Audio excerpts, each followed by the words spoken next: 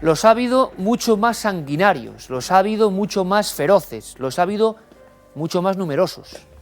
Y sin embargo, algo hace que sigamos hablando del criminal más famoso de todos los tiempos, refiriéndonos a un personaje del que ni siquiera tenemos rostro, que mató a 5 muchachas en el distrito de Whitechapel exactamente hace 120 años.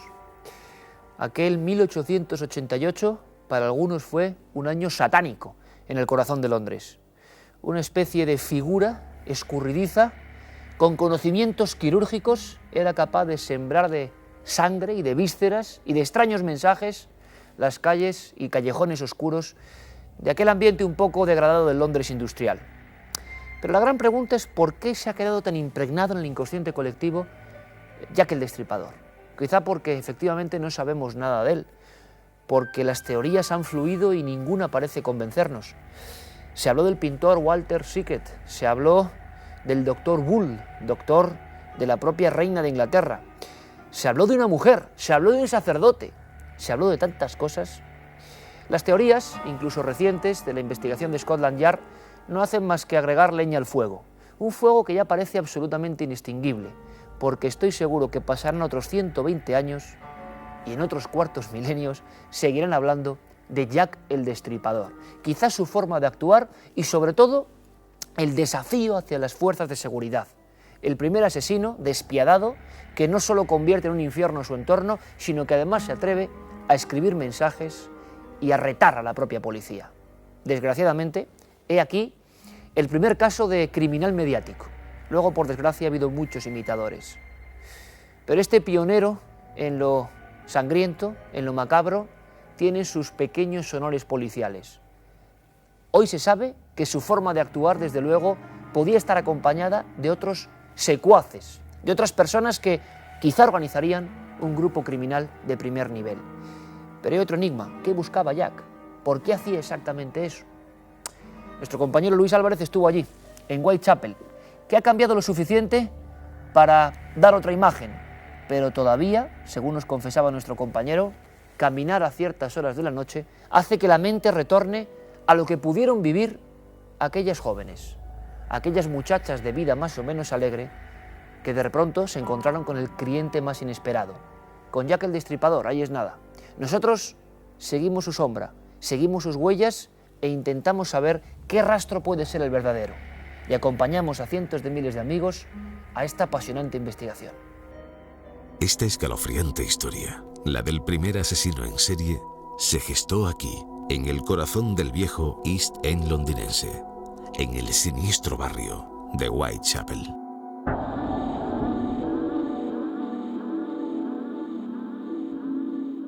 En aquel tiempo, Londres era la capital del imperio más grande del mundo y la gente venía aquí de todas partes. Esto era el centro del mundo. A finales del siglo XIX venía mucha gente del este de Europa, sobre todo refugiados de Rusia o Polonia. Desembarcaban de los barcos por miles y la mayoría se establecía detrás de la muralla en un área conocida como East End. Corría el año de 1888. Había sido un verano tranquilo. Pero entre el 31 de agosto y el 9 de noviembre, algo rompería la calma para siempre. 5 prostitutas fueron descuartizadas con una brutalidad y un modus operandi desconocidos hasta la fecha. Aquellos días serían bautizados como el otoño del terror. Todas las prostitutas o mujeres que anduvieran por las calles se sentían amenazadas, se sentían como un posible objetivo de Jack el Destripador. Fueron momentos de verdadero pánico. La sombra de Jack se deslizó durante 70 días, noche tras noche, por estos mismos callejones que aún se conservan. Pero ¿cómo hacernos una idea de la miseria que reinaba en la zona del este? Se estima que en 1888 podía haber unas 80.000 prostitutas viviendo en el East End de Londres. La mayoría de ellas cobraba 4 peniques por sus servicios, por practicar sexo en los callejones apoyadas contra un muro de ladrillos. La prensa se hizo eco desde el primer momento, como si de un culebrón se tratara. Fue el primer ejercicio sensacionalista de la historia, creado en las imprentas. Esto no es nuevo, pero en aquella época era algo bastante innovador, ¿no? Y desde luego que llenó muchas páginas de periódicos, incluso un magazine que se llamaba Noticias Ilustradas de la Policía, como El Caso, que bueno, pues gracias al fenómeno de Jack el Destripador consiguió vender muchísimos ejemplares. Aquella publicidad desmedida desencadenó el pánico en las calles. Incluso parece demostrado que el propio nombre de Jack el Destripador fue una invención de la prensa. Viernes 31 de agosto, 3:45 de la madrugada. En esta esquina de Duval Street apareció el cuerpo sin vida de Mary Ann Nichols. Ella sería la primera víctima de Jack. Había sido degollada y presentaba diversos cortes en el abdomen. Su muerte debió ser agónica. 9 días después, a las 6 de la mañana, tendría lugar el segundo crimen. En esta esquina, el número 29 de Hambury Street, yacía el cuerpo sin vida de Annie Chapman. En esta ocasión, Jack, además de degollarla, le extrajo el útero con la habilidad de un cirujano. Al día siguiente, la noticia sobre un hombre que asesinaba y mutilaba prostitutas se conocía en todo Londres. 30 de septiembre de 1888. Pasada la medianoche, el cuerpo sin vida de Elizabeth Stride yacía sobre estos adoquines. Aquella noche Jack fue sorprendido en mitad de aquella orgía de sangre. Aquella noche, Jack sería visto por primera y única vez. El cuerpo de Elizabeth no presentaba apenas heridas, salvo como de costumbre, un profundo tajo en la garganta. Jack no pudo terminar su trabajo al ser sorprendido. Movido por una furia inusitada, el asesino volvería a actuar 45 minutos después, a un par de kilómetros de este punto, en Mitre Square. En este sitio sería encontrado el cuerpo de la cuarta víctima, a las 2:15 de la madrugada. Jack, sediento de sangre, se ensañó especialmente con el cuerpo de Edus. El forense en su informe describió una escena pavorosa. A la desgraciada mujer le faltaba el útero, el riñón derecho, y su rostro estaba casi desfigurado por unos profundos cortes. La quinta y última víctima se llamaba Mary Jane Kelly. Fue vista por última vez con vida a las 8 de la tarde, afuera del Ten Bells Pub. Mary Jane Kelly tenía unos 24 o 26 años. Según las investigaciones de la policía y las pruebas, sabemos que ella debía ser muy guapa. Cuando fue asesinada en Miller's Court, tenía la cara completamente arrancada. Nadie pudo con total seguridad reconocer e identificar a Mary Jane. Su compañero sentimental, John Barnett, con el que estaba desde hacía unos meses, dijo que solo podía conocerla por el pelo o quizás por sus orejas. Cuando llegó la policía, algunos agentes salieron a vomitar al pasillo. Otros agentes se resbalaron con la sangre. Algunos de sus órganos estaban repartidos por toda la habitación. Las paredes estaban manchadas de sangre. La escena era dantesca. Para dar respuesta a la maraña de datos cruzados que presenta este caso, en 1994, un grupo de investigadores decidió crear el Club de la Capa y la Daga. Desde entonces, cada 2 meses se reúnen en este pub, el Price's Alice. Andy Parlow, junto a su esposa Sue, son 2 de los miembros más antiguos. En 1997, publicaron un libro con las conclusiones de su propia investigación. Mientras se sumergían en los archivos policiales y hemerotecas, Andy descubrió que era familia de Polly Nichols. Al parecer, una prima de su abuela fue la primera de las víctimas de Jack. Mi abuela se llamaba Mary Ann, como la asesinada. Pero en aquella época era un nombre muy común, así que nunca se sabe. Pero sí hay una relación. En la familia nunca se habló demasiado del tema, pero siempre supimos que había una conexión con Jack el Destripador. Y cuando Sue y yo hicimos una investigación en nuestra familia, decidimos hacer otra sobre la familia Nichols para hallar cuál era la conexión y quién era Mary Ann Nichols, asesinada el 31 de agosto de 1888. Los expertos creen que las 5 víctimas conocían a Jack. En la época, este pub, el Ten Bells, era frecuentado por las prostitutas de la zona. Hoy día, el interior y los apartamentos superiores se conservan casi como entonces. Seguramente Jack se pasó largas noches bebiendo en esta barra, mientras ojeaba a quienes serían sus próximas víctimas. Hemos caminado por las viejas calles de Londres, un Londres donde todavía parece que está presente la sombra de ese individuo, el criminal más famoso de todos los tiempos, Jack el Destripador. Siguió sus pasos 120 años después nuestro compañero Luis Álvarez. Luis, buenas noches. Buenas noches, Iker. Sigue estando presente, ha pasado el tiempo, pero su efigie no se borra.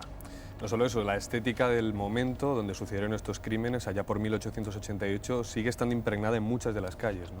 De hecho, siguen en pie muchos edificios, las placas de calle aún continúan, algunas son las mismas de la época, y de verdad que es un viaje impresionante meterse en toda el área del East End londinense y, bueno, pues impregnarse de esa atmósfera, ¿no? Oye, te hemos visto callejeando, cigarro en mano, reflexionando, parándose en los puntos concretos de la ruta de Jack el Destripador. ¿En algún momento sientes algo de inquietud que te viene encima recordando lo que pudo pasar allí? Pues sí, porque, como digo, se parece mucho al momento y pese a que la zona ha cambiado, más o menos ha cambiado, de hecho se está convirtiendo en una zona de artistas, sigue habiendo algún que otro problema, ¿no? Hay problemas de prostitución todavía, hay problemas de delincuencia, todas las calles de Brick Lane, Whitechapel, etcétera. Y sí que uno puede sentir un poco esa sensación especial de estar en un lugar donde sucedieron 5 crímenes verdaderamente sangrientos. Y también hay que destacar que puede llegar a convertirse este caso en una obsesión. No sería el primer investigador que se quede un poco atrapado en esta historia. O sea, gente, personas, ripólogos, como llaman algunos, que se meten en la historia y no salen de ella. Veíamos el caso, y lo vamos a ir comprendiendo, de Patricia Cornwell y otros grandes escritores que se han metido a investigar y se han visto atrapados en una especie de tela de araña que no les deja escapar. Y además que perdura durante muchos años, porque este es un tema que lleva casi 120 años, hay un montón de teorías encima de la mesa y una sola certeza, y es que nadie sabe quién fue Jack.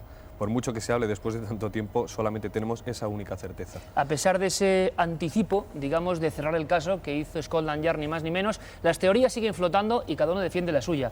Una mujer, se ha dicho, una mujer, ni más ni menos, ¿se imaginan? Alguien relacionado con la Casa Real, incluso se habla de un doctor misterioso, el doctor Gould, que, digamos, haciendo experimentos de lobotomía, acabó convirtiéndose en un diseccionador profesional. Se habla también de un pintor, Walter Sickert, se habla de un barbero polaco, último comunicado a nivel oficial. Al doctor forense don José Cabrera no hace falta presentarle, ya es un fijo de este equipo y, como siempre digo, es un placer para nosotros. El caso más extraño, el primer gran caso de psico-killer, asesino en serie. Es el primer caso y además, de hecho, está en todas las escuelas de criminología y de la policía. Y para los médicos forenses es un caso apasionante porque se dan todos los datos que un forense tiene encima de la mesa para poder decir algo de cómo se supone que sería ese sujeto. Porque, como luego veremos y estableceremos en el diálogo, desde luego el sujeto era un sujeto especial, porque se puede matar y punto, pero matar y ensañarse o matar y destripar pasa todas las fronteras. ¿Alguien que sabía bastante de anatomía o no? Sin duda por una razón fundamental, porque se extrajeron órganos muy difíciles de hallar. Y hay una cosa que la gente que nos esté viendo debe saber: cuando uno abre un cuerpo humano, por dentro está todo rojo, es decir, el hígado no es verde y los riñones son amarillos, todo es rojo. Por lo tanto, si no sabes anatomía, no sabes lo que tienes dentro. Y eso es muy importante saberlo, y eso hecho en la oscuridad, como en algunos casos se hizo. Porque claro, hace 120 años allí no había farolas, ni había nada, y hubo ocasiones en las que este asesino abrió, metió la mano y extrajo órganos. Es necesario e imprescindible que el que lo haya hecho sepa algo de anatomía. Curiosas palabras las de José Cabrera. Además, luego vamos a tener un experimento que creo que es único. No voy a adelantar mucho, pero vamos a intentar saber cómo actuaba exactamente Jack el Destripador. ¿Sobre un cuerpo? Sí, sobre un cuerpo, lo dejamos ahí. Salvador Ortega, inspector durante muchos años, ha atrapado a alguno de los grandes, al más importante asesino en serie español, el arropiero, Manuel Delgado Villegas, una experiencia que te marcó profundamente, y también has sentido la obsesión por Jack el Destripador. Es el primer caso, Salvador, bienvenido por supuesto, bien hallado, en que un criminal desafía a la policía. Tú lo ves, digamos, desde el otro lado, ¿no? Desafía a la policía con cartas, sí, con amenazas. Al menos documentalmente es la primera vez que se da, efectivamente, y es la primera vez que se tienen pruebas, porque esas cartas quedaron en poder de Scotland Yard y se han publicado incluso en algunas. Y es más, la primera carta que llega, Scotland Yard, no sé a quién se le ocurriría, pero indudablemente lo que sí hizo fue publicarla con la idea de que alguien pudiera conocer la letra y pudiera decir a quién pertenecía, y lo que provocó fue un escándalo enorme y sobre todo un pavor enorme. Hay que centrarse en la situación misteriosa, en el escenario que se nos muestra, porque de verdad es que decimos, es de película de terror. No, es que efectivamente, es que era el terror viviente entre las calles. Hay que darse cuenta que en aquella época Whitechapel, que verdaderamente es pequeñito, pues tenía censadas que significa que estaban al menos fichadas por la policía de 1.200 a 1.600 prostitutas. O sea que y que allí se cometían asesinatos casi todos los días. Los que se encargaba la policía de quitar del medio para no crear pavor ni crear indudablemente el miedo de recorrer aquellas calles, que por primera vez se tenía algunas farolas de gas que funcionaban. Por primera vez se había efectuado una conducción de gas en aquella zona. Pero claro, los rincones oscuros, todo oscuro y tal. Yo comparto la opinión con el doctor Cabrera de que efectivamente para hacer y actuar como se actúa en alguno de los cadáveres, hacía falta tener conocimientos de anatomía. Con Salvador Ortega vamos a aprender muchas cosas esta noche también. Vamos a intentar investigar a nivel periodístico, a nivel forense, a nivel policial.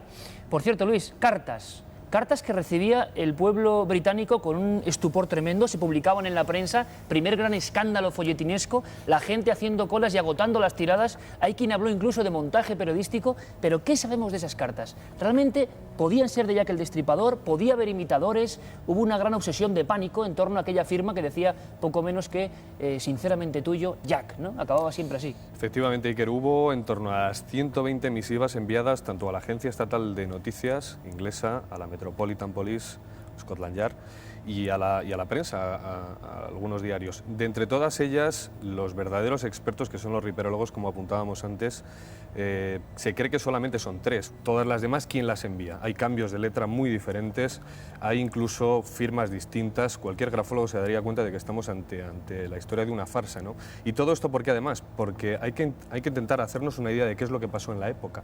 La gente, antes de 1840 y tantos, apenas compraba la prensa. Sin embargo, en 1888, después de haber firmado una ley en el Parlamento por la cual los diarios se vendían a menos de un penique prácticamente, la prensa era una barbaridad, las rotativas funcionaban mucho mejor, y esto se convirtió no solo en el primer caso del primer psico-killer de la historia, sino además el primer caso de, pues ¿cómo diríamos?, de fenómeno mediático en prensa. Todos los días había un seguimiento, un nuevo episodio, nuevas teorías, entrevistas a testigos, etcétera, etcétera. Y es más, Iker, Jack el Destripador, incluso se cree que ese nombre, Jack the Ripper, fue creado por la prensa.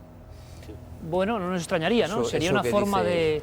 Es verdad eso, ¿eh? Fue el primer caso de psicosis colectiva por un crimen. ¿Qué es la psicosis colectiva? La psicosis colectiva es cuando ocurre algo realmente extraordinario fuera de lugar, porque como decía antes Salvador, allí había asesinatos todos los días, ¿eh? No olvidemos que había 1.500 prostitutas que cobraban 4 peniques, como se ha comentado antes, y un penique valía el periódico. Por lo tanto, por 4 peniques había una relación carnal. Bien, pues lo que ocurría allí es que la primera vez que la gente pierde el control y hay un miedo generalizado, un miedo infundado.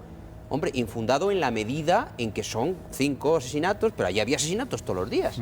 Pero entre la prensa, que empezaba a despuntar ya como algo masivo, la gente se desbocó, hubo verdaderos... Vamos, se habla incluso de que había allí personas que estaban verdaderamente enloquecidas. 120 años después, no sabemos quién es Jack, quiénes son los autores de esas cartas, por qué lo hacía. Era una especie de estudiante de anatomía que quería demostrar sus conocimientos, era una especie de secta que también se dijo que dejaba mensajes rituales.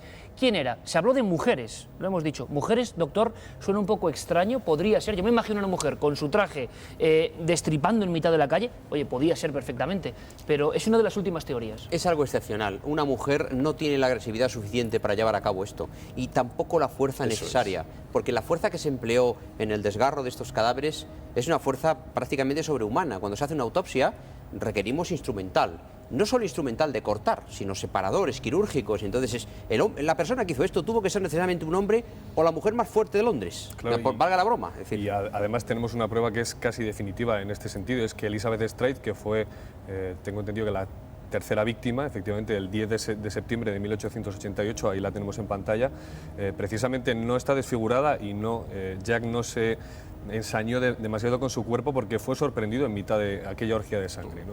Entonces, alguien vio a un hombre, cierto es que podría haberse disfrazado. Antes de que hagamos un experimento, creo, único en la televisión, muy interesante, en nuestro punto de vista didáctico siempre, de saber cómo actuaba sobre el cuerpo humano Jack el Destripador, Salvador Ortega, tú tienes una teoría también, o barruntas algo que es más misterioso, grupo, o sea, no solo una persona, sino un grupo actuó con estos crímenes. No, ahí hubo mucho de copycat.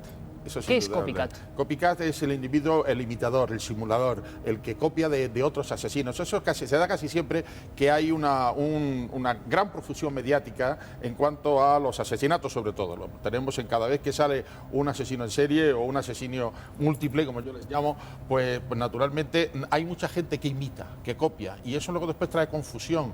En cuanto a las cartas, ahí me parece a mí que se calcularon 32 tipos diferentes de letras. La pena es que en aquel momento, ni siquiera ahora, existan buenos estudios grafológicos y sobre todo grafopatológicos. Sí.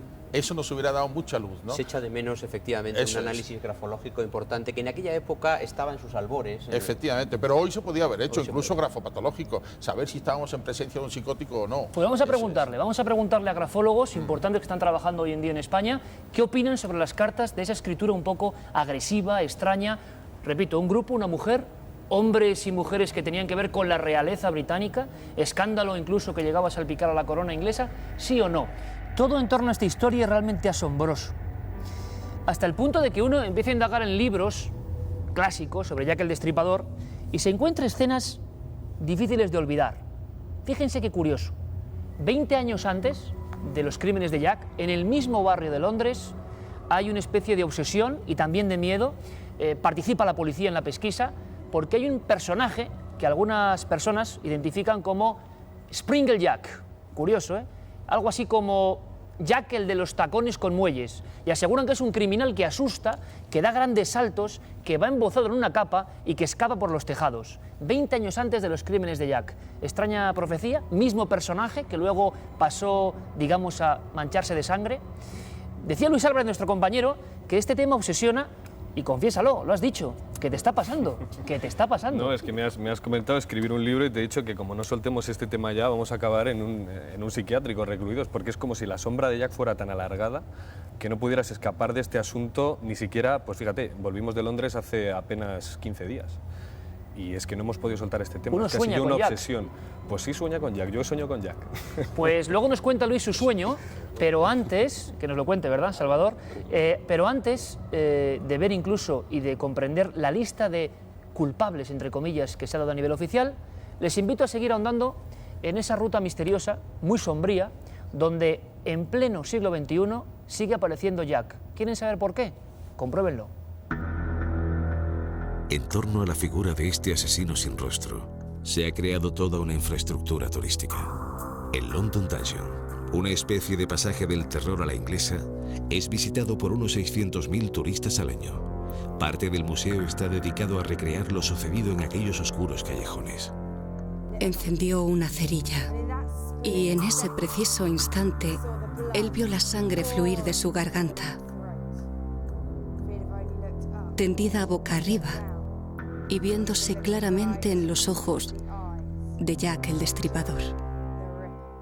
El pasado 14 de julio, las páginas del prestigioso diario The Times plasmaban un titular que agotó toda la tirada: identificado Jack el Destripador. La última teoría, que además parece bastante fiable porque ha salido de Scotland Yard, son unas memorias de un antiguo vicejefe de Scotland Yard en el momento, Robert Anderson, que dejó a un inferior, Donald Swanson, que era el inspector jefe que investigó el caso de Jack el Destripador. Neville Swanson, nieto del inspector jefe Donald Swanson, donó el cuaderno de notas de la investigación de su abuelo al Museo del Crimen de Scotland Yard.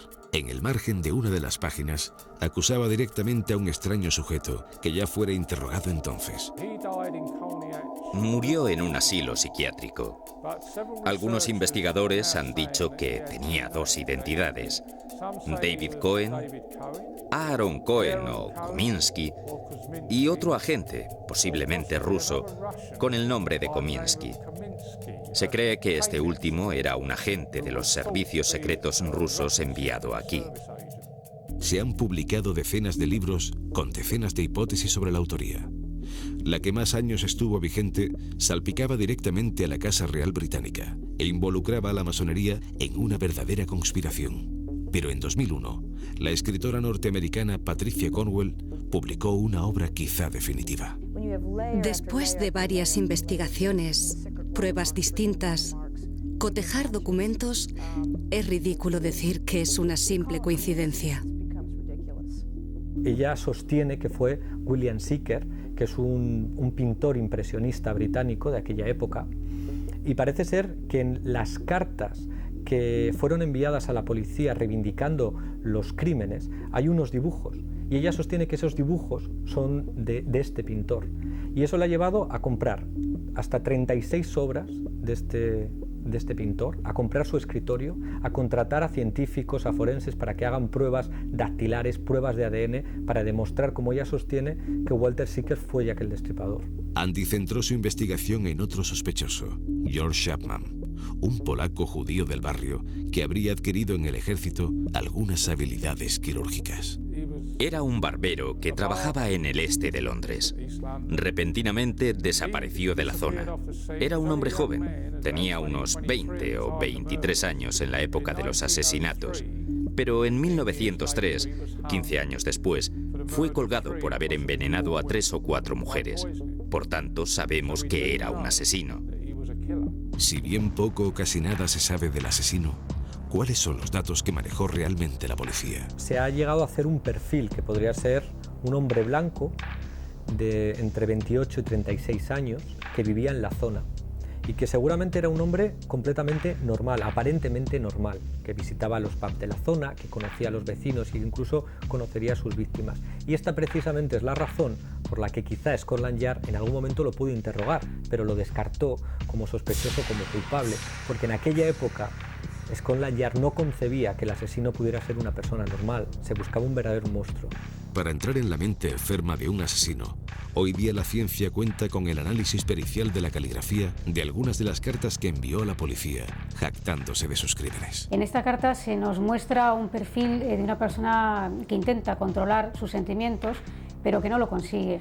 Y otra de las cosas que llama mucho la atención son las barras de las T's que hacía, que acababan en punta de aguja, que parecían verdaderos cuchillos. La presión es una presión vertical muy fuerte, acabada en puntas de una cierta maldad y una fuerte sensualidad, porque hay muchos empastes a lo largo de toda su escritura, de sus cartas, que es muy propia de crímenes sexuales, de personas que tienen una problemática sexual y que, unido a los rasgos de agresividad, pues nos da a un criminal que puede estar encauzado en esa línea. Los crímenes de Whitechapel cesaron tal y como vinieron.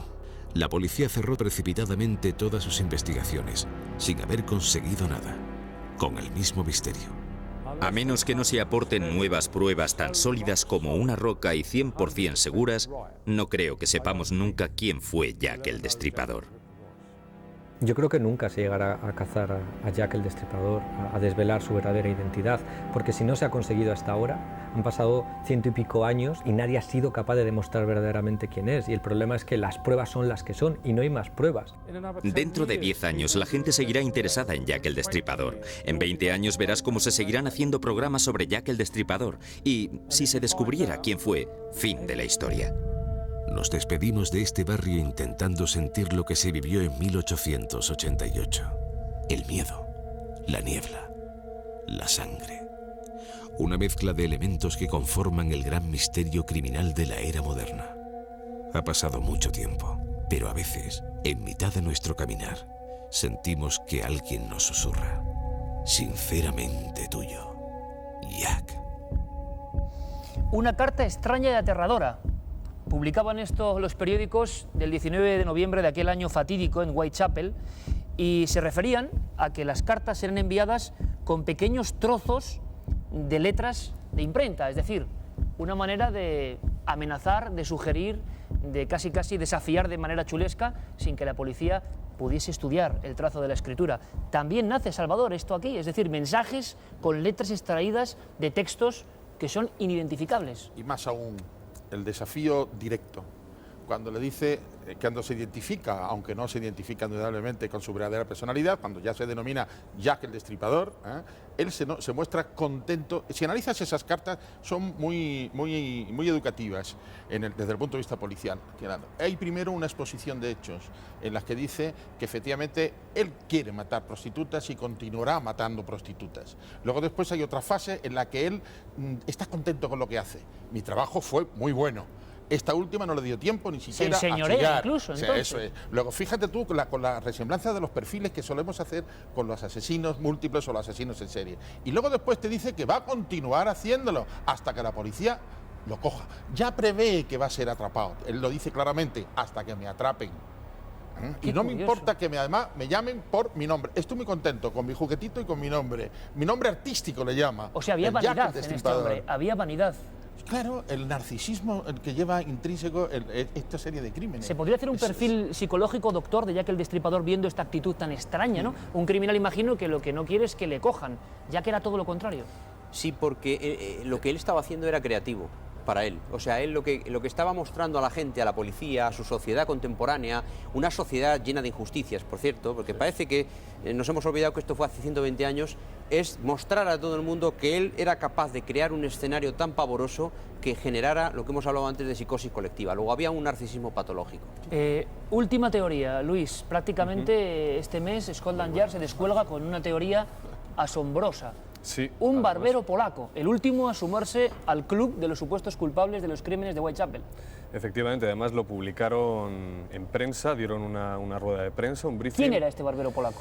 Pues era un polaco judío que había venido de Polonia, del este, en un momento en el que inmigró muchísima gente desde allí y que posiblemente pudiera tener algún tipo de habilidad con instrumentos cortantes, pero es que tampoco se sabe demasiado de este hombre. Quizá se comenta que pudo estar recluido en un psiquiátrico después, justo cuando terminan los crímenes, lo cual probaría que no hubiera más crímenes como estos 5 que tenemos, pese a que hay más víctimas, Iker, porque es una cosa que la gente no sabe. Que la gente no sabe y que, de hecho, en la página web de la Metropolitan Police ellos reconocen 11 víctimas. Está aquí en los papeles, cualquiera lo puede consultar. Y están desde el 3 de abril de 1888 hasta el 13 de febrero de 1891. 18 crímenes, Salvador, que la gente no conoce. Reconocidos como posibles cometidos no por la misma persona, porque no se atrevan a decir, o sea, que era el único. 11 más. En total son unos 20 y tantos crímenes los que se pueden acumular en esta zona, aunque solamente se le atribuyen 5 a Jack el Destripador, al famoso Jack, ¿no? Estamos viendo, perdona que te interrumpa, que la cantidad de datos que tenemos es tanta que a mi juicio nunca encontraremos la verdad. Porque nunca. Para no encontrar la verdad, o hay que tener pocos datos o hay que tener demasiados. Y en el caso en el que estamos es de demasiados datos. Antes de que hagamos el experimento o la visión directamente sobre un cuerpo, evidentemente sobre un cuerpo que no es humano, pero les va a parecer humano, se lo aseguro, Salvador Ortega, teoría que también da mucho que hablar, que implica la corona. Brevemente, sí. ¿Qué podemos contar? Bueno, ahí en un principio la participación de la corona es múltiple. Primero porque se le achaca al príncipe Eduardo, al príncipe de Gales. Este hombre pues era sifilítico y parece ser que hubo algo de venganza, pero en realidad, ¿por qué se le asocia? Primero, ¿venganza con una prostituta? Sí, porque primero hay una aparición en uno de los escenarios del crimen de uvas. Uvas. Y en aquella época la uva era muy cara. Solamente las grandes personas acomodaticias, aristocráticas, podían utilizar uvas. Y aparece en el escenario del crimen de una prostituta. O sea que lo llevó la persona que contrató a la prostituta para estar con ella y comieron uvas. Entonces, eso se relaciona. Lo segundo que se relaciona y que lo mezcla es fantástico. Los ingleses para esto son excepcionales, ¿no? Y es que se presume que había un bastardo, hijo de las relaciones de Eduardo con una prostituta. Esa es la segunda. Y la tercera, que se encarga, por medio de la reina Victoria, se encarga a su cirujano privado, que es el famoso médico, doctor Gould. El famoso doctor Gould. Siniestro doctor Gould. Es que después termina en un psiquiátrico, termina abandonado, lo echan de la masonería, etcétera. Y efectivamente este hombre, por encargo de se encarga de matar aquello para llegar a donde está en sus investigaciones ese bastardo que pudiera después optar a la corona. Pues yo me quedaría con las palabras del doctor Cabrera de 120 años después comprendemos por qué Scotland Yard imagino que quiere cerrar cuanto antes el caso, porque si no esto va a ser ya cirujanos enloquecidos que acaban en un psiquiátrico ellos mismos, que intentan matar a otras personas porque hay un escándalo con la corona. Mujeres sí o no, pintores extraños con extrañas enfermedades que recrean en sus cuadros lo que va a ocurrir en los crímenes. Personas que escriben cartas que profetizan y que desafían a la policía como nunca antes se había hecho. Un escenario absolutamente apasionante. ¿Y qué? Perdona. Sí, Salvador. Te falta uno, que ya se encargó Conan Doyle de ponerlo en el papel, un clérigo. Me dejas ya de piedra. Hasta aquí el tema del cual habrá que seguir hablando, evidentemente. Era noticia y hemos querido recuperarlo para quien no conociese las aristas de esta historia de novela, pero siempre real, como todo lo que tocamos en Cuarto Milenio. Luis, muchísimas gracias, compañero, gran trabajo. Gracias, Salvador, como siempre. Esperamos contar contigo esta temporada. Como queráis. Y ahora les invito a ese experimento. Antes, sobrecojámonos, porque quizá parezca muy lúdico esto, pero hay imágenes de terror, imágenes de personas que murieron a manos de este individuo extraño que sigue siendo tan solo un fantasma, Jack el Destripador.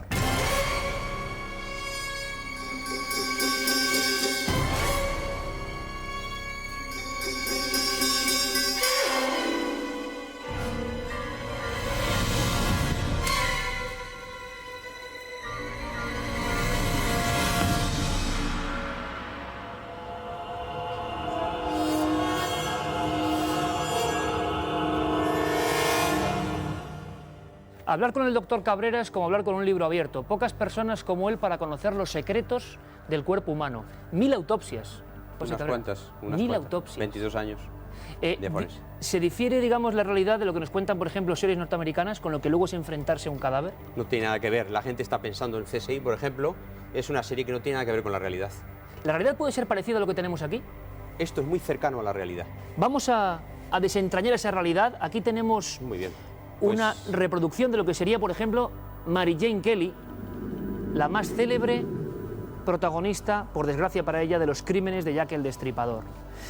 Doctor, el corte que era como, digamos, la firma clásica de Jack, ¿cómo podríamos explicarlo? ¿Dónde se producía? ¿Cómo sabíamos que era Jack? Bueno, en primer lugar, habría que decir, para los que nos están viendo, que estamos en una mesa de autopsias de verdad, moderna. En aquellos tiempos, hace 120 años, las mesas de autopsias eran un mármol, con un grifo y punto.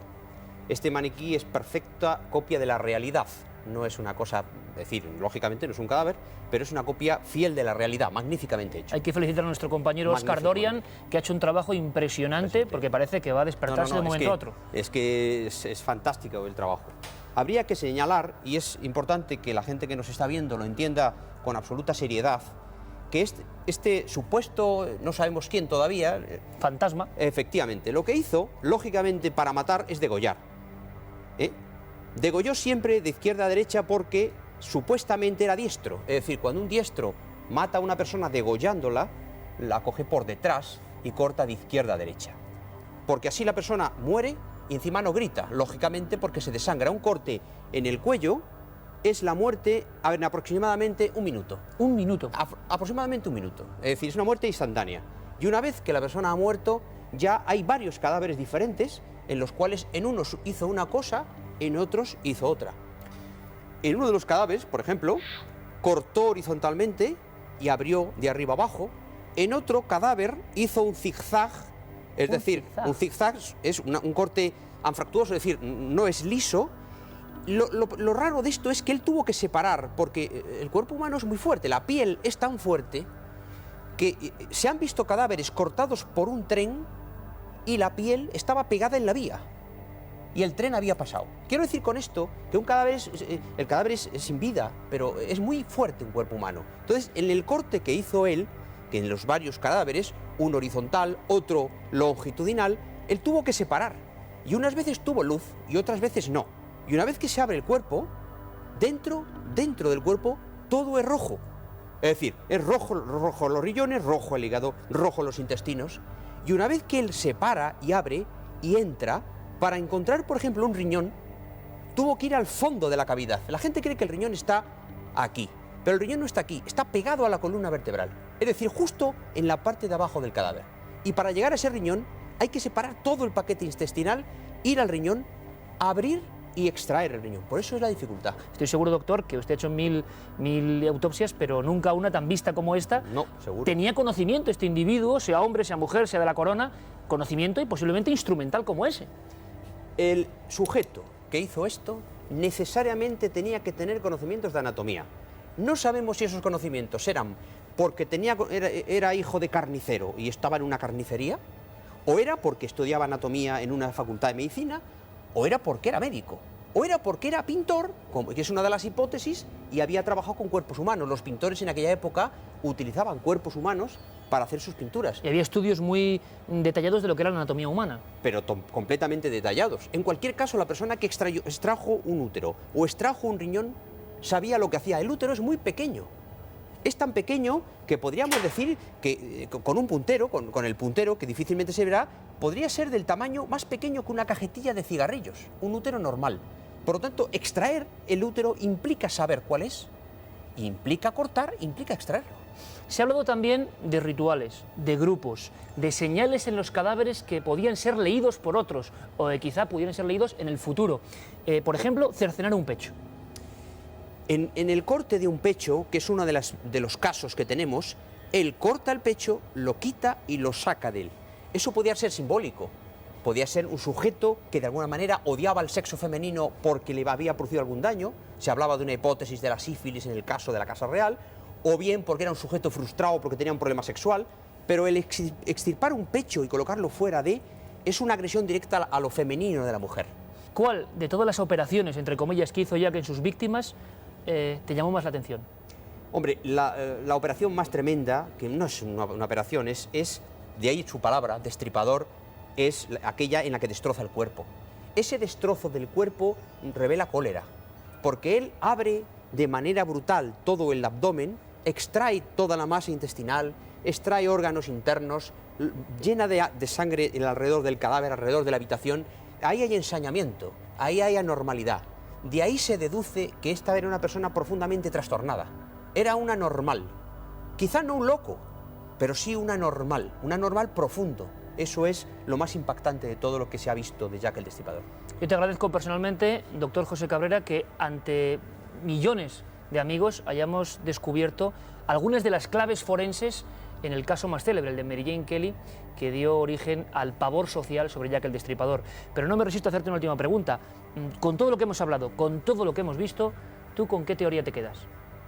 Yo me creo, es difícil, en la medicina forense no se puede especular, la fantasía no vale para nada.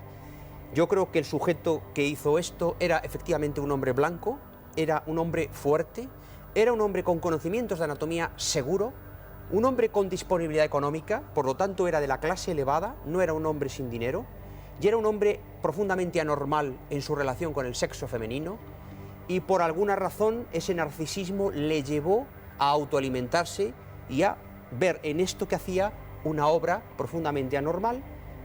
Esos son los elementos del perfil psicológico, que por cierto es la primera vez que se hace en la historia de la policía un perfil psicológico como este. Doctor, como siempre, y más que nunca, muchísimas gracias. A vosotros y esta otra. Ahí están los datos. Ahora la investigación depende de cada uno. En Cuarto Milenio queremos, bueno, pues espolvorear la historia de pistas, de rastros, y cada uno que piense que es una muy buena labor en este siglo XXI.